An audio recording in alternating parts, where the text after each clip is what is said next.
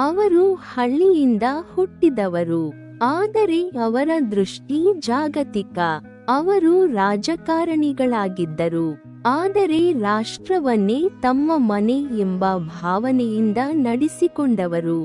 ಇದು S. M.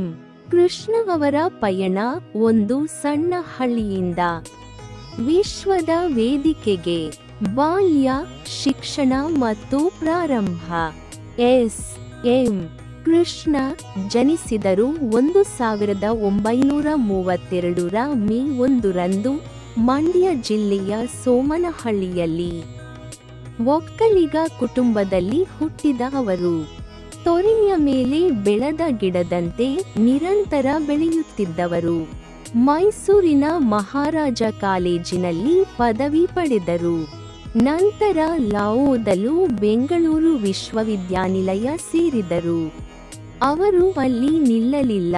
Fulbright ವಿದ್ಯಾರ್ಥಿಯಾಗಿ ಅಮೆರಿಕದ ಜಾರ್ಜ್ ವಾಷಿಂಗ್ಟನ್ ವಿಶ್ವವಿದ್ಯಾಲಯಕ್ಕೆ, ನಂತರ ಸೌದರ್ನ್ ಮೆಥಡಿಸ್ಟ್ ಯೂನಿವರ್ಸಿಟಿಗೆ.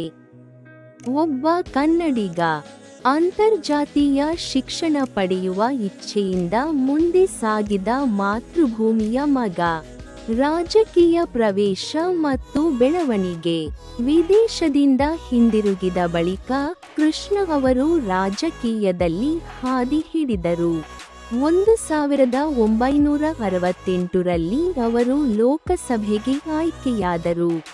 ಕಾಂಗ್ರೆಸ್ ಪಕ್ಷದಲ್ಲಿ ಅವರು ಬುದ್ಧಿವಂತ ನಾಯಕನಂತೆ ಬೆಳೆಯುತ್ತಾ ನವೋದ್ಯಮವಾದಿ ದೃಷ್ಟಿಕೋನವನ್ನು ತಂದರು. 1970ರಿಂದ 80ರ ದಶಕದಲ್ಲಿ ಅವರು ವಿಧಾನಸಭೆಯಲ್ಲಿ ರಾಜ್ಯ ಮಟ್ಟದ ರಾಜಕೀಯದಲ್ಲಿ ಸಕ್ರಿಯರಾದರು. ಮುಖ್ಯಮಂತ್ರಿಯಾಗಿ ಕರ್ನಾಟಕದ ರೂಪಾಂತರ. 1999ರಲ್ಲಿ ಅವರು ಮುಖ್ಯಮಂತ್ರಿ ಸ್ಥಾನವನ್ನು ಹೊತ್ತರು. ಬೆಂಗಳೂರು ಆಗ ಸಣ್ಣ ನಗರ, ಆದರೆ ಕೃಷ್ಣ ಅವರ ಕೈಯಲ್ಲಿ ಅದು ಭಾರತದ ಟೆಕ್ ರಾಜಧಾನಿಯಾಗಿ ಪರಿವರ್ತಿತವಾಯಿತು. ಇನ್ಫೋಸಿಸ್, ವಿಪ್ರೋ ಮುಂತಾದ ಕಂಪನಿಗಳಿಗೆ ಸಹಕಾರ ನೀಡಿದ ಅವರು ಐಟಿ ಉದ್ಯಮವನ್ನು ಪ್ರೋತ್ಸಾಹಿಸಿದರು. Bengaluru Agenda Task Force (BATF) ಹೊಸ ನಗರಾಡಳಿತ ಮಾದರಿ ತರಲಿಕ್ಕಾಗಿ ಆರಂಭಿಸಿದರು. ಅವರ ಕಾರ್ಯಶೈಲಿ, ಶಿಸ್ತು, ಪ್ಲಾನಿಂಗ್, ಮೌಲ್ಯಾಧಾರಿತ ಆಡಳಿತ, ರಾಜ್ಯಪಾಲ ಹುದ್ದೆ ಮತ್ತು ತಾತ್ವಿಕ ನಾಯಕತ್ವ. 2004ರಲ್ಲಿ ಅವರು ಮಹಾರಾಷ್ಟ್ರದ ರಾಜ್ಯಪಾಲರಾಗಿ ನೇಮಕಗೊಂಡರು. ಅವರು ಹೆಚ್ಚು ಕಾಣಿಸಿಕೊಳ್ಳದ ಶೈಲಿಯಲ್ಲಿ, ಆದರೆ ಶ್ರದ್ಧೆಯಿಂದ ರಾಜ್ಯವನ್ನು ಮುಂದಕ್ಕೆ ತಂದರು. ಸಾಂಸ್ಕೃತಿಕ ಚಟುವಟಿಕೆಗಳಲ್ಲಿ ತೊಡಗಿದರು. ವಿದೇಶಾಂಗ ವ್ಯವಹಾರಗಳ ಸಚಿವರಾಗಿ 2009ರಲ್ಲಿ ಅವರು ಕೇಂದ್ರದ ವಿದೇಶಾಂಗ ವ್ಯವಹಾರಗಳ ಸಚಿವರಾದರು.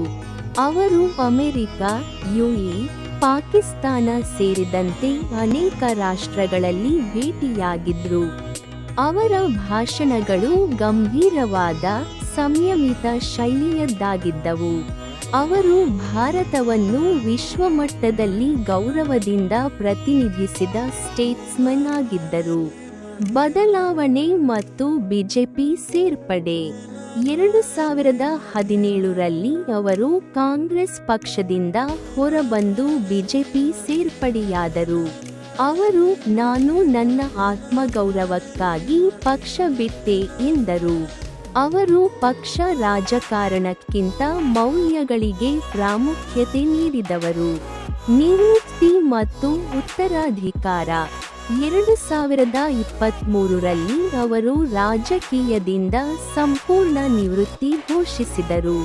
91ರ ಹರೆಯದಲ್ಲೂ ಅವರು ಸ್ಪಷ್ಟ ಚಿಂತನೆ, ಸಮರ್ಥ ಮಾತುಗಳಿಂದ ಪ್ರಭಾವಿತಗೊಳಿಸುತ್ತಿದ್ದರು.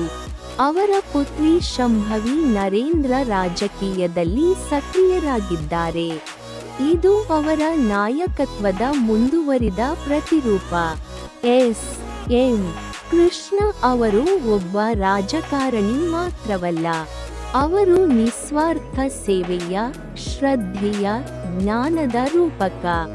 ಅವರ ಜೀವನ ನಮಗೆ ಹೇಳುತ್ತದೆ, ಸ್ಥಳ ನಿಮ್ಮ ಬೆಳವಣಿಗೆಗೆ ಅಡ್ಡಿಯಲ್ಲ, ದೃಷ್ಟಿ ಮತ್ತು ಶ್ರಮವೇ ಯಶಸ್ಸಿಗೆ